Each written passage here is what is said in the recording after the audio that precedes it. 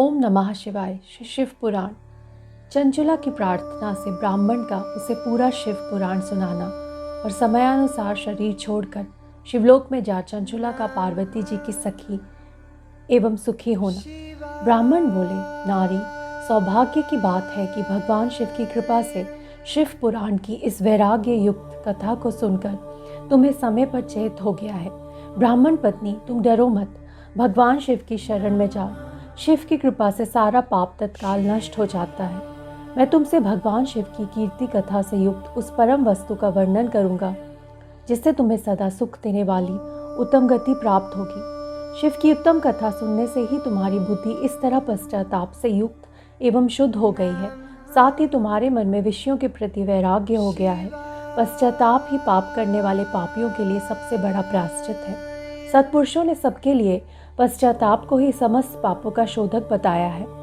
पश्चाताप से ही पापों की शुद्धि होती है।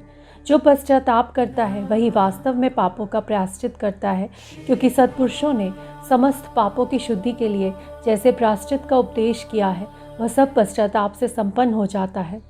जो पुरुष विधि पूर्वक प्रायश्चित करके निर्भय हो जाता है पर अपने कुकर्म के लिए पश्चाताप नहीं करता, उसे प्रायः उत्तम गति नहीं प्राप्त होती, परंतु जिसे अपने कुकृत्य पर हार्दिक पश्चाताप होता है वह अवश्य उत्तम गति का भागी होता है, इसमें संशय नहीं है। इस शिव पुराण की कथा सुनने से जैसी चित्त शुद्धि होती है वैसी दूसरे उपायों से नहीं होती। जैसे दर्पण साफ करने पर निर्मल हो जाता है, उसी प्रकार इस शिव पुराण की कथा से चित्त अत्यंत शुद्ध हो जाता है, इसमें संशय नहीं है। मनुष्यों के शुद्ध चित्त में जगदम्बा पार्वती सहित भगवान शिव विराजमान रहते हैं। इससे वह विशुद्ध आत्मा पुरुष श्री सांब सदाशिव के पद को प्राप्त होता है। इस उत्तम कथा का श्रवण समस्त मनुष्यों के लिए कल्याण का बीज है। अतः यथोचित शास्त्रोक्त मार्ग से इसकी आराधना अथवा सेवा करनी चाहिए। यह भवबंधन रूपी रोग का नाश करने वाली है। भगवान शिव की कथा को सुनकर फिर अपने हृदय में उसका मनन एवं निधिध्यासन करना चाहिए। इससे पुण्यतया चित्त शुद्धि हो जाती है। चित्त शुद्धि होने से महेश्वर की भक्ति अपने दोनों पुत्रों ज्ञान और वैराग्य के साथ निश्चय ही प्रकट होती है। तत्पश्चात महेश्वर के अनुग्रह से दिव्य मुक्ति प्राप्त होती है, इसमें संशय नहीं है। जो मुक्ति से वंचित है उसे पशु समझना चाहिए, क्योंकि उसका चित्त माया के बंधन में आसक्त है और निश्चय ही संसार बंधन से मुक्त नहीं हो पाता। ब्राह्मण पत्नी, इसलिए तुम विषयों से मन को हटा लो और भक्ति भाव से भगवान शिव की इस परम पावन कथा को सुनो। परमात्मा शिव की इस कथा को सुनने से तुम्हारे चित्त की शुद्धि होगी और इससे तुम्हें मोक्ष की प्राप्ति हो जाएगी। जो निर्मल चित्त से भगवान शिव के चरणा अरविंदों का चिंतन करता है उसकी एक ही जन्म में मुक्ति हो जाती है। यह मैं तुमसे सत्य सत्य कहता हूँ। सूची कहते हैं, शौनक, इतना कहकर वह श्रेष्ठ शिवभक्त ब्राह्मण चुप हो गए। उनका हृदय करुणा से आर्द्र हो गया। वह शुद्धचित्त महात्मा भगवान शिव के ध्यान में मग्न हो गए। तदनंतर विदुम की पत्नी चंचला मन ही मन प्रसन्न हो उठी। ब्राह्मण का उक्त उपदेश सुनकर उनके नेत्रों में अश्रु आ गए। वह ब्राह्मण पत्नी चंचला हर्ष भरे हृदय से उन श्रेष्ठ ब्राह्मण के दोनों चरणों में गिर पड़ी और हाथ जोड़कर बोली, मैं कृतार्थ हो गई। तत्पश्चात उठकर वैराग्य युक्त उत्तम बुद्धि वाली वह स्त्री जो अपने पापों के कारण आतंकित थी, उन महान शिवभक्त ब्राह्मण से हाथ जोड़कर गदगद वाणी में बोली। चंचला ने कहा, ब्राह्मण, शिव भक्तों में श्रेष्ठ स्वामिन आप धन्य हैं, परमार्थ दर्शी हैं और सदा परोपकार में लगे रहते हैं, इसलिए श्रेष्ठ साधु पुरुषों में प्रशंसा के योग्य हैं। साधो, मैं नरक के समुद्र में गिर रही हूँ, आप मेरा उद्धार कीजिए, उद्धार कीजिए।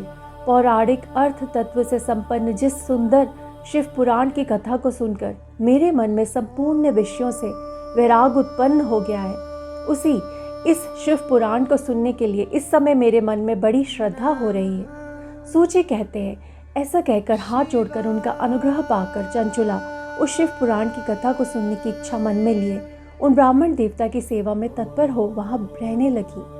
तदनंतर शिव भक्तों में श्रेष्ठ और शुद्ध बुद्धि वाले उन ब्राह्मण देवता ने उसी स्थान पर उस स्त्री को शिव पुराण की उत्तम कथा सुनाई।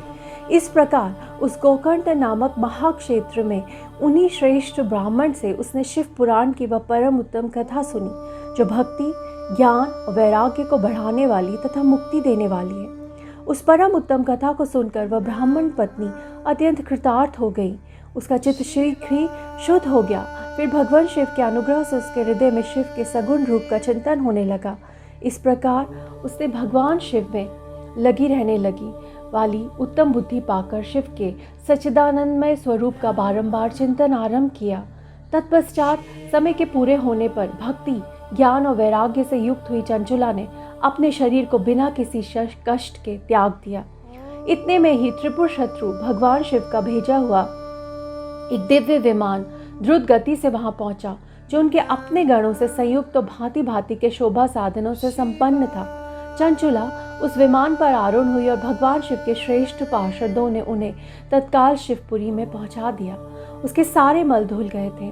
वह दिव्य रूप धारणी दिव्यांगना हो गई थी।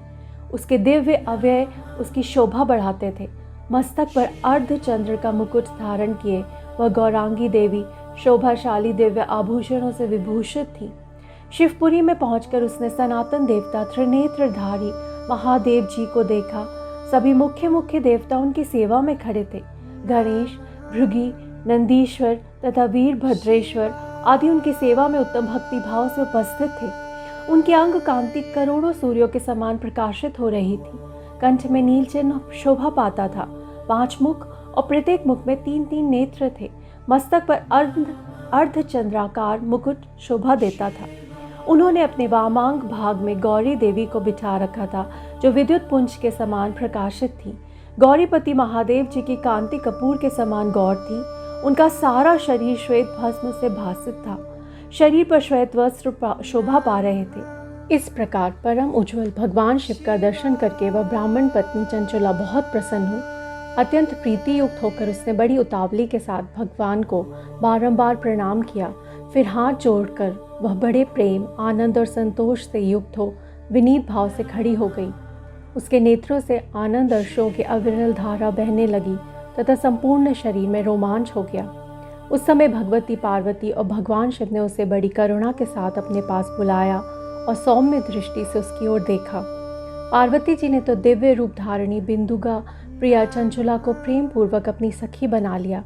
वह उस परम धाम में ज्योति स्वरूप सनातन धाम में अविचल निवास पाकर दिव्य सौख्य से संपन्न हो अक्षय सुख का अनुभव करने लगी। ओम नमः शिवाय। इति अध्याय 4। ओम नमः शिवाय।